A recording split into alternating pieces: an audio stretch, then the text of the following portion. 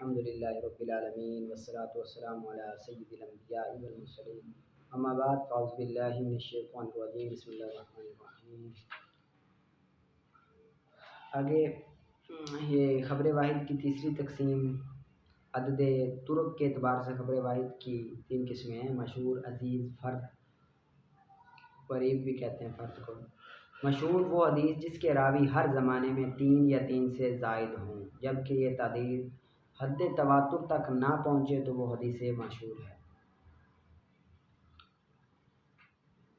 सिर्फ शोहरत की बिना पर नहीं कहेंगे, बल्कि 3 होना ज़रूरी है। हदीस अज़ीज़ वो हदीस जिसके हर तबका ज़माने में कम अज़ कम 2 रावी हों, अज़ीज़ कहलाती है। 2 रावी हों तो वो अज़ीज़ कहलाती है। आगे मुताबिकत दी हुई है। आगे हदीस फ़र्द वो हदीस जिसका रावी सनद के कम अज़ कम किसी एक तबके ज़माने में अकेला हो, ज़्यादा से ज़्यादा की कायद नहीं, कम अज़ कम एक हो तो वो उसे ग़रीब कहते हैं। आगे फ़र्द गरीब की फिर 2 किस्में हैं, फ़र्द मुतलक, फ़र्द नस्बी। सही है, इसकी तफसील तो आगे बड़ी किताबों में है। फ़र्द मुतलक के एक मुतलकान हो तो नस्बी वो किस एतबार से सही। आगे हुक्म मुश्तरक है इनका, मशहूर, अज़ीज़, फ़र्द। तीनों अक़साम सही, हसन और ज़ईफ़ में मुश्तरक है। लिहाजा हस्बे शुरूते मालूमा इनमें से हर एक कभी सही, कभी हसन, कभी ज़ईफ़ होती है। लिहाजा जिसके तहत आएंगी उसी का हुक्म लगेगा। इन पर सही की तमाम शर्तें पाई जाएँ तो सही होगी, अगर कोई शर्त ना हो, मफकूद हो तो फिर उस एतबार से हसन या ज़ईफ़ होगी। तारुज़ के वक्त तरजीह मशहूर को हासिल होती है। सही है, ये इनको अच्छे अंदाज में आपने याद कर लेना और ये बात ज़हन में रखना, आपके पेपर भी होंगे और जो फेल होगा वो दोबारा इसी क्लास में रहेगा। सही है, इस किताब का भी होगा और इस तरह से भी पूछा जा सकता है कि हदीस मशहूर की तारीफ़ भी करें और इसकी मिसाल भी पेश करें, मुताबिकत भी करें। ये समझने के लिए हैं, याद करने के लिए नहीं है। और समझना इस तरह है कि समझने में आपको याद हो, ये बात ज़हन में रखना है। आपने अच्छे अंदाज में पढ़ना है। आगे ये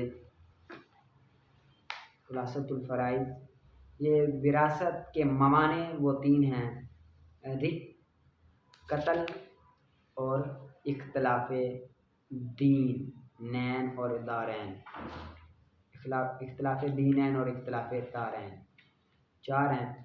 रिक यानी कि ग़ुलाम होना, ये भी अगर ग़ुलाम होगा वारिस तो फिर वो वारिस नहीं बनेगा, मुकातब मुतबर हो या उम्मे वलद जो भी हो। कत्ल मूरिस यानी कि आकिल बालिग वारिस का नाहक अपने मूरिस को इस तौर पर कत्ल कर देना जिस पर किसास या कफ़ारा लाजिम आता हो, तो वो भी माने इससे उसको भी विरासत नहीं मिलेंगी। आगे कत्ल की 5 किस्में हैं, ये आपने ज़बानी याद करनी है। कत्ल अमद, कत्ल शिबे अमद, कत्ल ख़ता, कत्ल शिबे ख़ता और कत्ल बिस्सबब। सही है, कत्ल अमद, कत्ल शिबे अमद, कत्ल ख़ता, कत्ल शिबे ख़ता, कत्ल बिस्सबब। कत्ल अमद असले या इसके कायम मकाम किसी चीज़ मसलन लाठी या पत्थर से कसदन कत्ल करना, जानबूझकर कत्ल करना, शिबे अमद कहते हैं।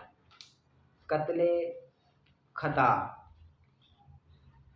गुमान या फेल में गलती की बिना पर कत्ल करना, यानी कि कोई मुसलमान को शिकार या हरबी या मुर्तद समझकर कत्ल कर देना, ये ख़ता कहते हैं। या निशाना लगाना दीवार की तरफ और बंदा कत्ल हो जाना, तो ये भी कत्ल ख़ता है। कत्ल शिबे ख़ता ऐसा कत्ल जिसमें कातिल के फेल इख्तियारी का दखल ना हो, मसलन सोते सोते या छत से किसी पर गिरकर मर गया तो ये कत्ल शिबे ख़ता है। कत्ल बिस्सबब ऐसा कत्ल है जिसका सबब मज़कूरा सूरतों के अलावा हो, मसलन किसी ने दूसरे के मिल्क में कुआं खोदा या रास्ते में या किसी तरह कुआं खोदा और वो बंदा गिर गया कुएं में। अब सबब जो बना वो ये बना कत्ल का। अब इनमें पहली 4 सूरतों में कत्ल वारिस अपने मकतूल मूरिस की विरासत से महरूम कर दिया जाएगा। पहली 4 सूरतों में महरूम कर दिया जाएगा, बाकी में महरूम नहीं किया जाएगा। आगे इख्तिलाफ दीनैन के दो मुख्तलिफ दीन हो, एक मुसलमान हो एक काफिर हो, और दारैन के मुख्तलिफ मुल्क जुदा जुदा हों, एक का मुल्क यहाँ पे और दूसरे का मुल्क, लेकिन शर्त ये है कि वो मुल्क हरबी हों, दार हरम में हों, दार इस्लाम में ना हो। ये मसाइल की वजाहत के साथ इनको बयान भी किया गया है और लिखा भी गया है। ये आपने अच्छे अंदाज में इनको याद कर देना, और जो मैंने तरतीब बयान की है उसी तरतीब से ही आपने इनको याद करना है। सही है, अच्छे अंदाज में इसी तरतीब से आपने इनको याद करना है। आगे निकालें आप शरह कायद का।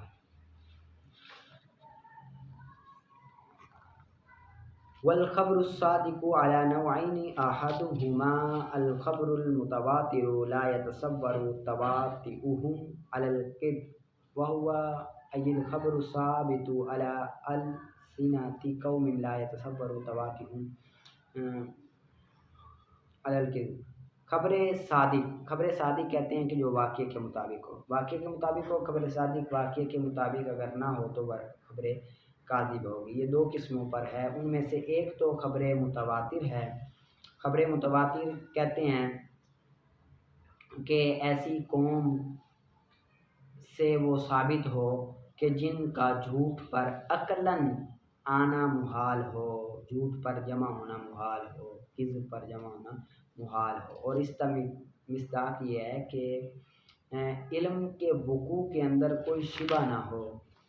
और ये जो इसका हुक्म वहुवा बिज़रूरति मूजिबुल इल्मि ज़रूरी कल इल्मि बिल मलूकिल खालियति फिल अज़मिनतिल मादी वल बल्दानी नाया, ये इल्म ज़रूरी का फ़ायदा देती है, इल्म बदीही का फ़ायदा देती है। बदीही तौर पर इससे बात साबित होती है। जिस तरह के इल्म गुज़रे हुए ज़माने के बादशाहों का और दूर दराज शहरों का इल्म, बल बिल्दान नायती, दूर दराज शहरों का इल्म, इससे ये बात साबित होती है।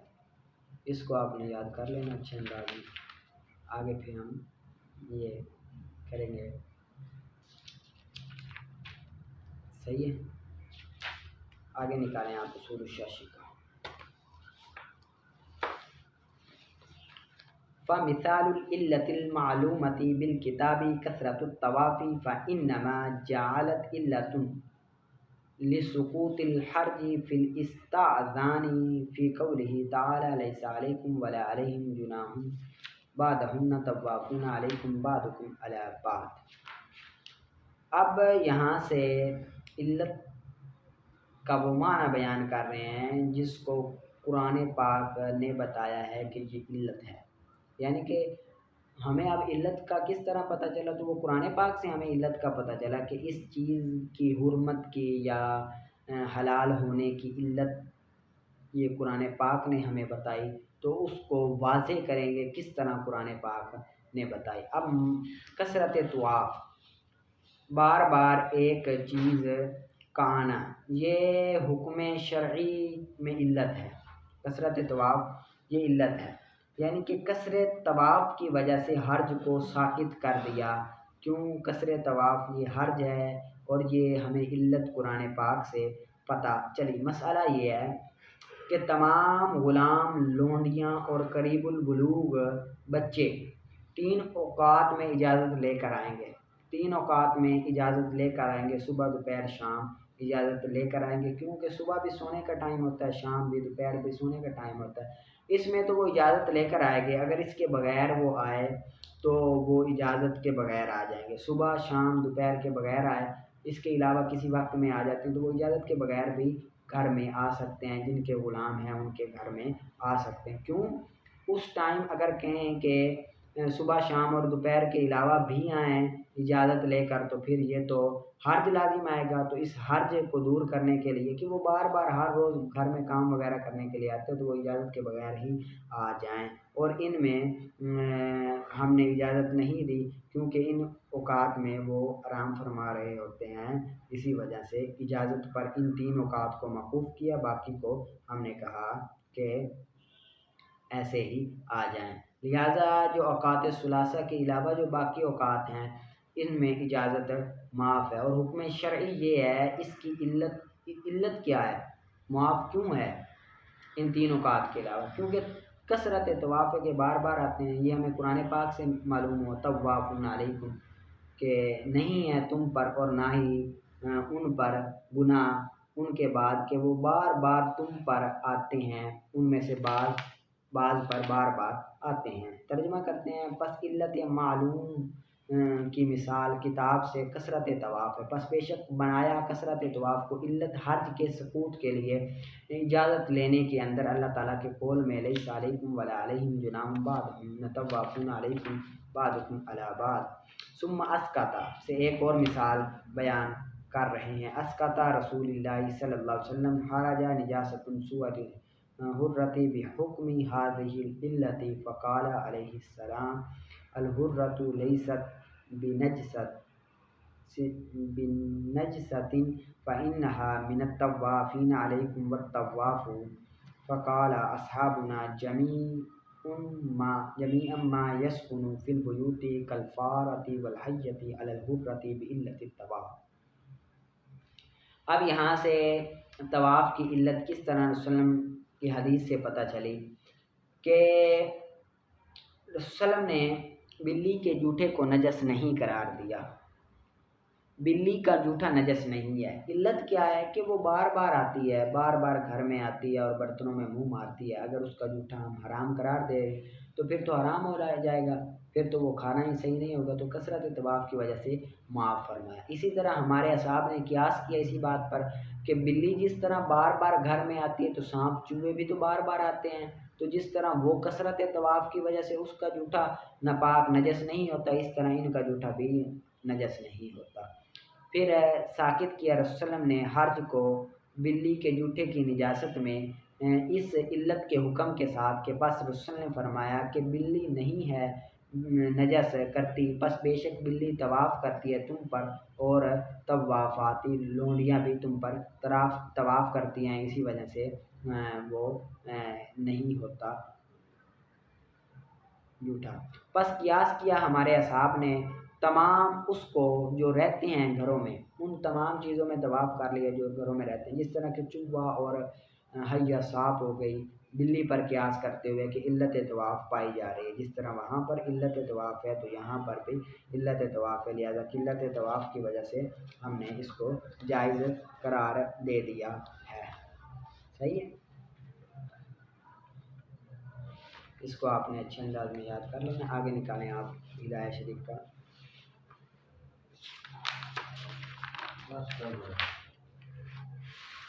वलैसा अलल, ये तो हो गया। आगे वइन काना मा रफ़ीक़िही माउन तलब मिन्हु क़ब्ल अन यतयम्मम लिअदमिल मनइ ग़ालिबन फ़इन मनअहु मिन्हु तयम्मम लितहक़्क़ुक़िल इज्ज़ि वलौ तयम्मम क़ब्ल तलबि अज्ज़अहु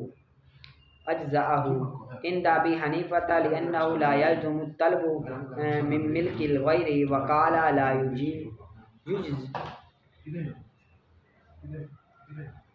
युज्ज़अहु लिअन्नल मा मबदूलुन आदतुन वलौ अबी अन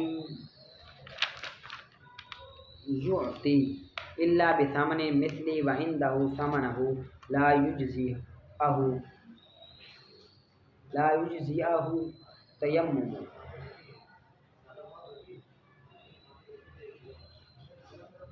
लितहक़्क़ुक़िल क़ुदरति वला यल्ज़मुहुल तहम्मुलुल ग़ल्बिल फ़ाहिशि लिअन्नद दररा मुस्कितिन वल्लाहु आलम। अब यहाँ से ये बात बयान हो रही है कि उसका जो रफ़ीक है उससे आया कि उसको पानी तलब करना, यानी कि जिसके साथ सफ़र कर रहा है उससे पानी तलब करना ज़रूरी है कि नहीं। और अगर हो उसके साथ रफ़ीक जिसके पास पानी हो तो तलब करे उससे पानी कबल इसके ये कि तयम्मुम करे। तयम्मुम करने से पहले पानी को उससे तलब करना ज़रूरी है, मना के ना होने की वजह से। गालिबन मना नहीं करता, गालिबन पानी से कोई मना नहीं करता, इसी वजह से तलब करना ज़रूरी है, वो तलब करे। बस बेशक उसका मना करना उससे तो वो तयम्मुम कर ले, अगर मना करे उससे तो वो तयम्मुम कर ले, इज्ज़त के तहक़्क़ुक़ होने की वजह से कि आजिज़ या वो पानी दे नहीं रहा तो तयम्मुम करे। और अगर तलब करे तयम्मुम, अगर तयम्मुम करे तलब करने से पहले तो इमाम साहब तो इसकी इजाज़त देते हैं। इमाम साहब फरमाते हैं ठीक है कर ले। क्यों? क्योंकि नहीं लाजिम करते वो तलब को गैर की मिल्क से। इमाम साहब फरमाते हैं कि गैर की मिल्क से तलब करना ज़रूरी नहीं है, लिहाजा वो तयम्मुम कर सकता है। अब साहिबान फरमाते हैं कि जायज़ नहीं है, जायज़ नहीं है। जायज़ नहीं है क्यों? क्योंकि पानी आदतन खर्च करने के लिए होता है, आदतन पानी को खर्च किया जाता है। और अगर इनकार भी कर दे तो ये तो है कि ये उससे ले, मगर मिसली कीमत के साथ। अगर वो कहता है कि मैं पानी नहीं देता, पैसों से देता हूँ, तो मिसली कीमत के साथ लेना वाजिब होगा उसको। और इमाम साहब फरमाते हैं कि उसकी मिसली कीमत के साथ भी तयम्मुम नहीं है जायज़ तयम्मुम करना। इमाम साहब फरमाते हैं मिसली कीमत के साथ, साहिबान फरमाते हैं लेना ज़रूरी है। इमाम साहब फरमाते हैं मिसली कीमत के साथ भी अगर वो देता है तो तयम्मुम किफ़ायत नहीं करेगा कुदरत के तहक़्क़ुक़ होने की वजह से। लिहाजा कुदरत मौजूद है, हाँ, इल्ला बिसमनिल मिसली व इंदहु समानुहु ला युज्ज़अहुल तयम्मुम के फरमाते हैं कि ये तरफ़ैन की साहिबैन की दलील आ रही है। वो फरमाते हैं कि अगर वो इनकार करता है तो मिसली कीमत के पास से वो पानी को ले।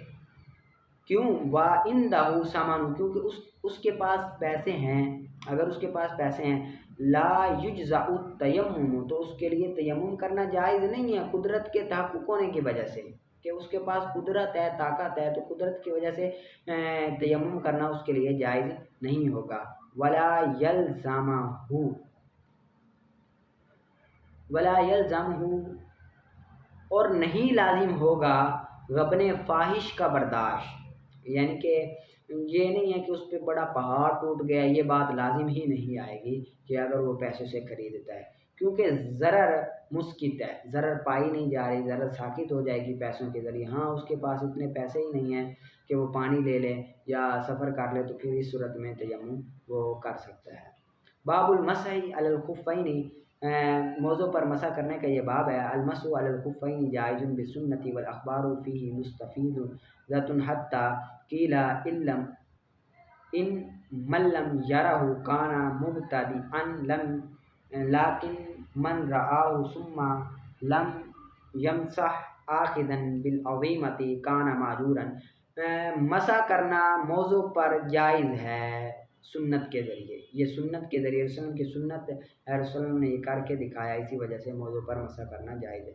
वल अख़बार, और ख़बर इसमें बड़ी ज़्यादा मशहूर है। अख़बार हदीस पाक इसमें मशहूर है। यहाँ तक कि कहा गया है कि जो एतिकाद ना रखे इसके जवाज़ का, तो वो बंदा मुब्तदी है, बिदती बंदा है, वो बिदत करने वाला है। जो बंदा ये कहता है कि मौज़ू पर मसा करना जायज़ नहीं है, वो बंदा बिदती है। इस पे बड़ा मसला है। शिये ये बात नहीं मानते कि मौज़ू पर मसा करना जायज़ है, शिये इसके अदम जवाज़ के कायल है। तो हम कहते हैं कि जो जायज़ नहीं समझता वो बिदती है। लेकिन जो बंदा जायज़ समझता है लेकिन मसा नहीं करता, अमल करता है अज़ीमत पर, तो उसको सवाब मिलेगा। अज़ीमत पर अमल करने का सवाब मिलेगा, उसको सवाब है उसके लिए। एक है अज़ीमत, एक है रुख़सत। अज़ीमत तो ये है कि वो मौज़ू को उतारे और पाँव को धोए, तो ये अज़ीमत है। अगर वो इस तरह करता सवाब मिलेगा। अगर वो इस तरह नहीं करता, मोज़े पहनता है, मोज़े पे मसा कर लेता है, तो फिर उसके लिए रुख़सत है, जायज़ है, वो मसा करें। व यजूज़ु मिन कुल्लि हदसिन मूजिबिन लिलवुदूइ इज़ा लबिसहुमा अला तहारतिन कामिला सुम्मा अहदसा खस्सहु बिहदसिन मूजिबिन लिलवुदूइ लिअन्नहु ला मस्हा मिनल जनाबति अला मा नुबय्यिना इंशाअल्लाह व बिहदसिन मुतअख़्खिरिन लिअन्नल खुफ़्फ़ अहदुन मानियन वलौ जव्वज़नाहु बिहदसिन साबिकिन कल मुस्तहाज़ति इज़ा लबिसत सुम्मा खरजल वक़्त वल मुतयम्मम इज़ा लबिसा सुम्मा रअल मा कान राफ़ियन। अब जायज़ है हर मुहदिस के लिए, हर हदस के लिए तयम्मुम करना, जो हदस वाजिब करे वुज़ू को, यानी कि जिस चीज़ से वुज़ू वाजिब होता है अगर वो वाला हदस है तो उसके ज़रिए तयम्मुम बंदा मसा कर सकता है मौजू पर। जब उन दोनों को पहने कामिल तहारत पर पहनेगा तो फिर तो मौजू पर मसा करना जायज़ होगा। अगर कामिल तहारत पर नहीं पहनेगा तो मौजू पर मसा करना जायज़ नहीं होगा। आगे इसकी वजाहत आएगी। आपने इस बात को बहार शरीयत में भी पढ़ लेना है अच्छी तरह, कल पढ़ कर आना आपने तयम्मुम का बाब बहार शरीयत से, तो ये समझने में भी आसानी होगी।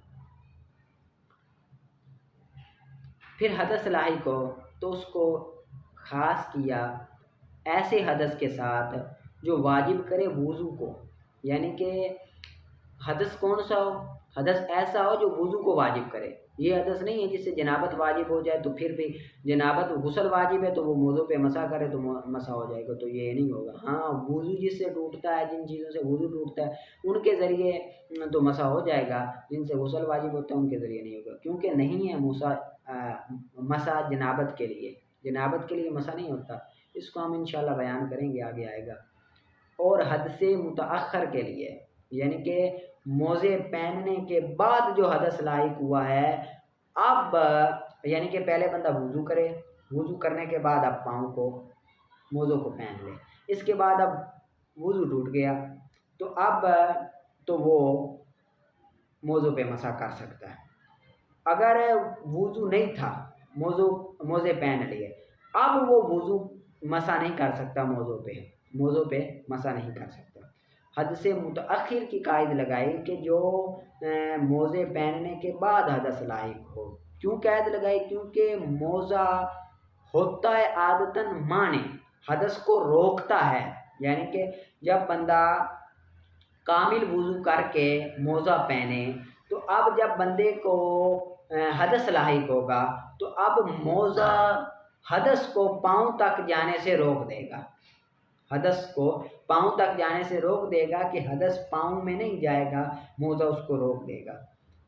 ठीक है, अगर हम जायज़ करार दे देंगे हदस साबिक को, यानी कि पहले बंदा मोज़े पहन लिए, अब मोज़े पहनने के बाद हदस लाहिक हुआ तो अब अगर हम इसको जायज़ करार दे दें तो फिर तो ये इस तरह होगा कि मोज़ा जो है वो हदस को उठा लेगा, यानी कि हदस को उठाने वाला हो जाएगा।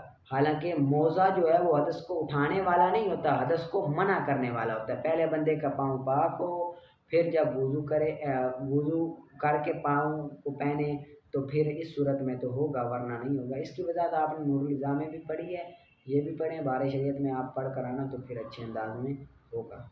जिस तरह के मुस्ताहिज़ा जब पहने फिर निकल जाए वक्त और तयम्मुम करने वाला जब पहने फिर देख ले पानी को तो ये तो होगा उठाने वाला, यानी कि एक मुस्ताहिज़ा औरत है वो मोज़ों को पहन लेती है, वक्त निकल गया तो अब तयम्मुम मसा नहीं कर सकती। इसी तरह तयम्मुम करने वाला मोज़ों को पहन ले फिर पानी को देख ले, अब वुज़ू करना उस पर वाजिब है तो अब उस पर तो पूरा हदस लाहिक हो गया, बेवुज़ू हो गया पानी को देखने के ज़रिए। जब बेवुज़ू हो गया तो अब हम ये कह दें कि अब भी वो मौज़ू पे मज़ा कर सकता है तो ये होगा कि जो मोज़ा है वो हदस को मना करने वाला नहीं है बल्कि हदस को उठाने वाला है, यानी कि हदस लाहिक हुआ तो हमने मसा किया तो मसा के ज़रिए हदस चला गया, तो ये इस सूरत में नहीं होगा। हाँ, ये है बंदा पहले पाक हो, पाक होने के बाद जब बंदे को लाहिक हो हदस तो अब हदस लाहिक होगा तो मोज़ा पहना हुआ होगा तो मोज़ा हदस को पाँव में जाने ही नहीं देगा, अपने ऊपर हदस को ले लेगा, पाँव में नहीं जाने देगा। जब हम मसा करेंगे तो मसा करने के बाद वो हदस जो मोज़ों पे आ गया था वो भी उठ जाएगा, वो भी चला जाएगा। सही है, ये अकल नहीं मानते इस बात को, लेकिन कुरान और हदीस में आया। ठीक है, शरीयत कहते ही उसी को हैं, एतिकाद कहते ही उसी को हैं कि अकल तस्लीम ना करे, हम अपना सर तस्लीम कर दें, सर खम कर दें उसके आगे, तो अकल नहीं तस्लीम करती, लेकिन ये शरीयत में है। ठीक है, इसको अच्छे अंदाज में याद करना। और ये मैंने इस तरह थोड़ा पढ़ा है कि ये आप हदीसें देख कर आएंगे। ये तमाम हदीसें लिखी गई हैं जो मौजू के मसले पर हैं, अच्छे अंदाज में, हाशिए में अच्छे अंदाज में इसको पढ़ के आना है। और बाहर शरीयत से कल ये बात भी आपने पढ़ के आना है। ठीक है, पढ़ा सुना कबूल।